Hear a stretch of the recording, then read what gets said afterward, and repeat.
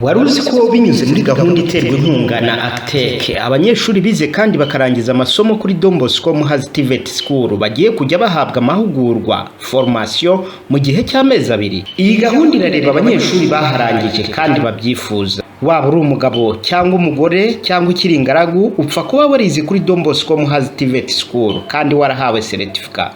Ku ikubitiro uyu mwaka mu biruhuko hazatangwa amasomo ya sudi, patisserie na boulangerie ndetse na ICT kandi yose azatangwa n'abarimu b'inzobere ku buntu. Wicikanwa ku bindi bisobanuro wahamagara 078 99 59 061.